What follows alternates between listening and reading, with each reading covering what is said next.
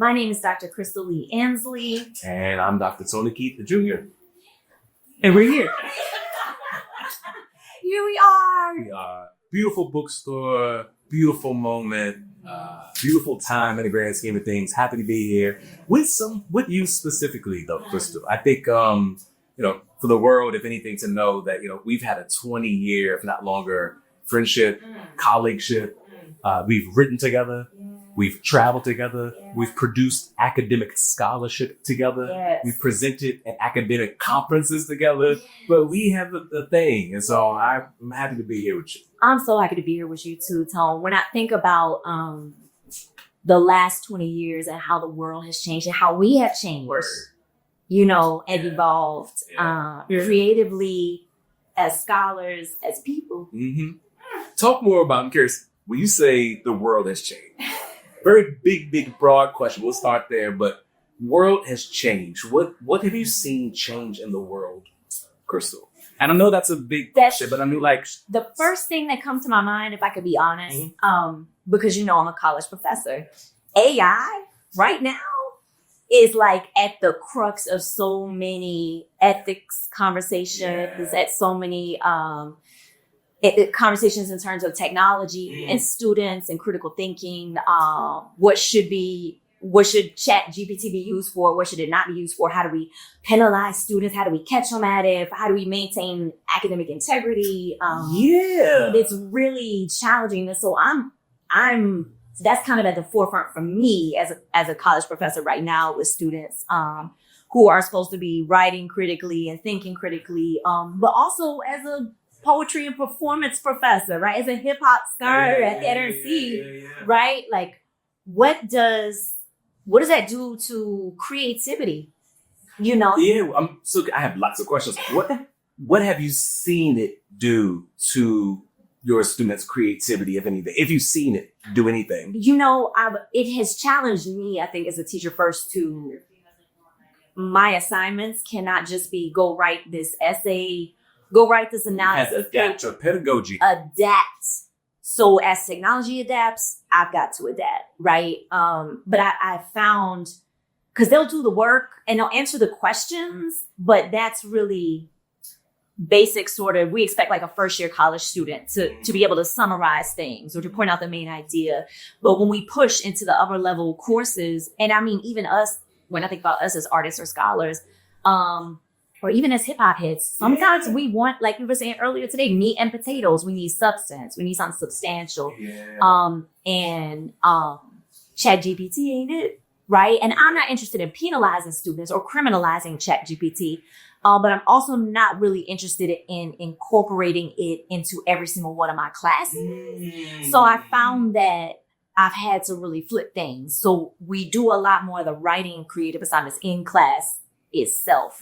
So we're writing too corporately. And you, if I recall, and I feel like I've been to several of your classes. Yes. Are they handwriting in your class or are they typing? I have to specify. I teach in New York City, and these students, a lot of them leave campus to go to directly to work, directly home to care for elders or younger siblings or babies or children. And so they're not coming in carrying school books, how they came up with a book sack with books and everything like that. So some of them have their own laptops and some of them are trying to do everything on their phone. And that's it's a broad gap. It's a broad gap. So when I think about what's evolved, a lot has changed and a lot, unfortunately, has stayed the same. Exactly the same, I think so much about how, especially within this conversation of AI, something that I've seen change, and it's something that I'm constantly wrestling with, is handwriting, right? The actual practice of taking a pen or a pencil and on a paper and your voice showing up in script is something that I just don't see much of anymore. And it's something that I try to do. I mean, I don't know about you, but I'm definitely someone who still to this day, I still take notes. If I attend a lecture or sometimes even if I'm reading a really good book, I will make notes and think, but I have a relationship with my handwriting, but I realized that relationship sort of ended once I got to college. right? Like, grade K through 12 or whatever, your handwriting, most things in class, sometimes you get like the little blue book and you got to answer the thing. And so, but once I got to college, then it was type up your papers, right? Type up your essays, type up. And so I think that I got so used to typing up things that I think that I've forgotten sometimes what my handwriting is like and how much of a signature is on handwriting. Right? Like something that shows like the loops of your letters. Like that's a very unique, specific thing. It's intimate. It is. It's intimate to imagine a handwritten letter in the mail. Yes. Right? Yes. Instead of an email. Yes. I hope this finds you well. It doesn't. Stop emailing. So let me ask you this then. We were just at shout out to Riverdale High School. We were just there earlier today with groups of high school seniors. And you talked a lot about writing in the app on your phone, in the notes app on your phone. So I wonder how has that, I guess, progression for you, if you go from handwriting, do you find that impacts the type of poetry that you write? Are we losing something? Okay, now we get juicy. What I realize now about having my iPhone and the notes app on my phone is it's about convenience. I think so much about like when I was a younger poet writing and handwriting, I would write poems on whatever I can get my hands on.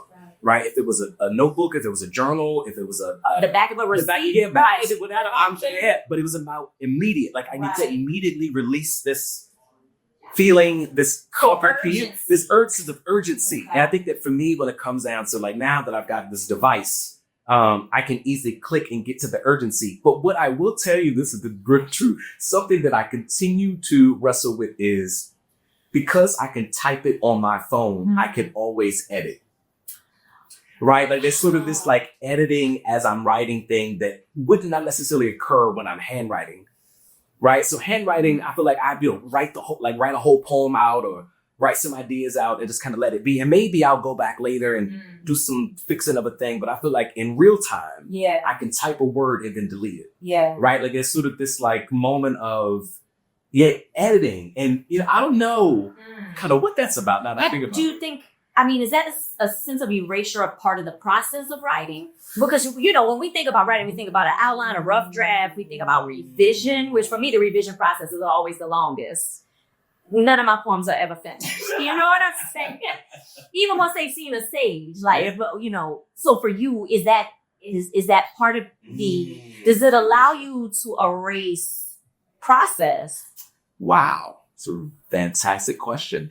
And I don't even know if it's erase process. I think that it's advancing the process itself. Because I'm like, it's the same kind of process of feeling something and purging a thing out of what I'm feeling, right? So if it's if I'm upset or angry or stressed out or have anxiety or some fear, or maybe I'm madly in love, whatever the thing is, and I want to just express that thing, I don't necessarily think it's like an erasure of it, but I think it's more just like a move.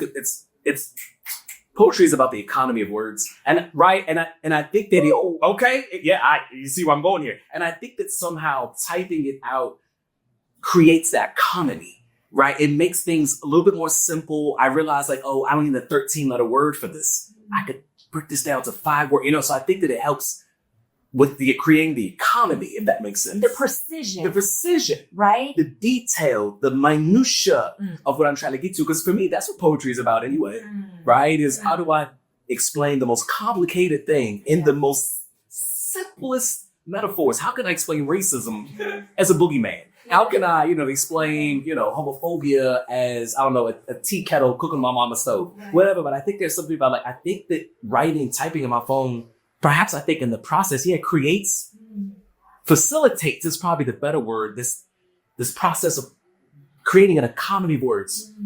Does that make sense? Yeah. Oh, no, that makes perfect sense to me. I love it, and I may borrow. I found this to say my sources. But let me ask you this, okay, because you're not only a poet, Tone. Facts. You're a scholar. You're an academic. You're a researcher. I am. You are a philosopher.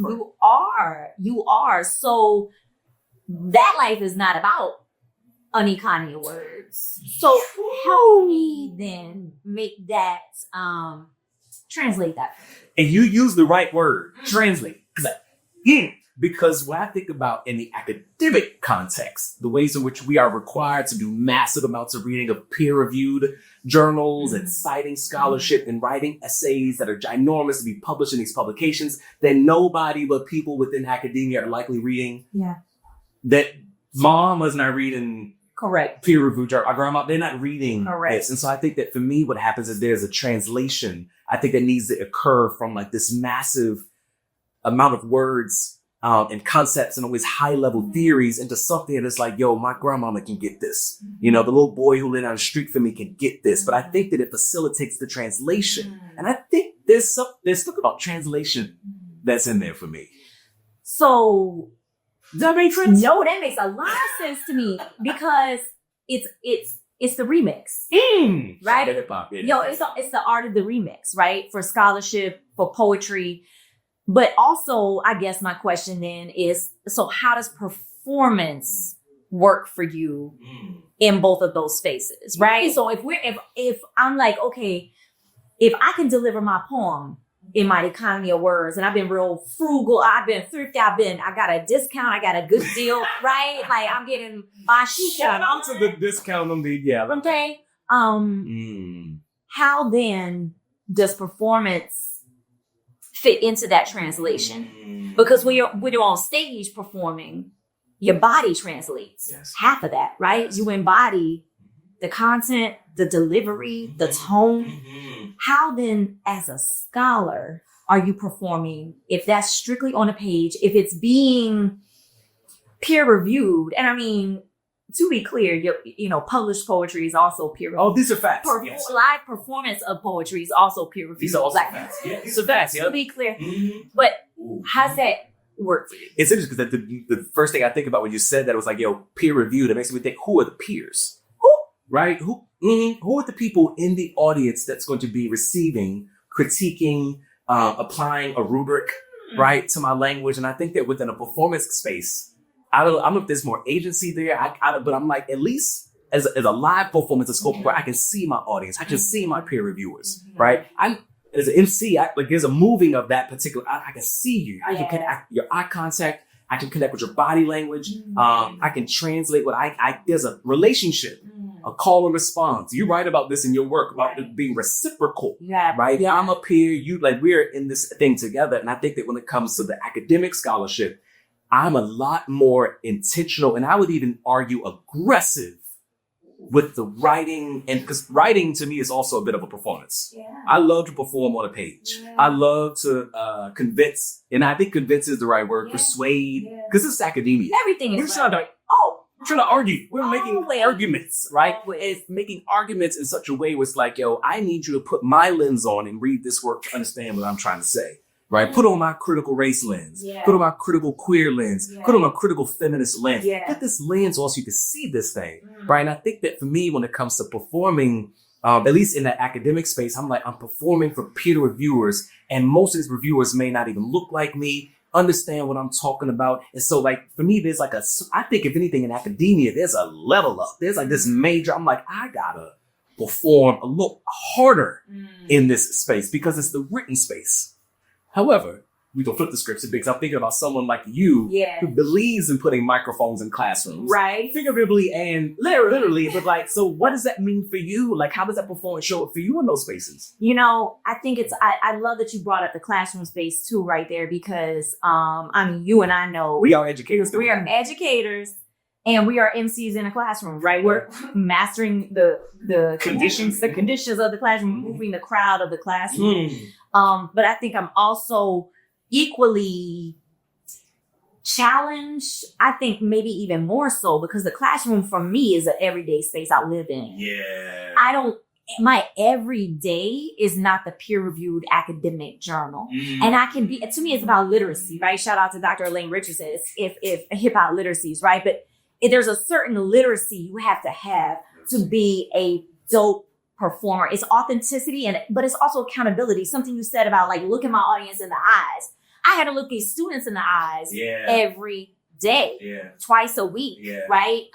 They hold me accountable, and I hold them accountable in different ways. But we are both responsible parties to the meaning that gets co-constructed in that space. In the same way that as you were saying, in the live performance of the poetry, same thing is happening. Yeah. Right? Yeah.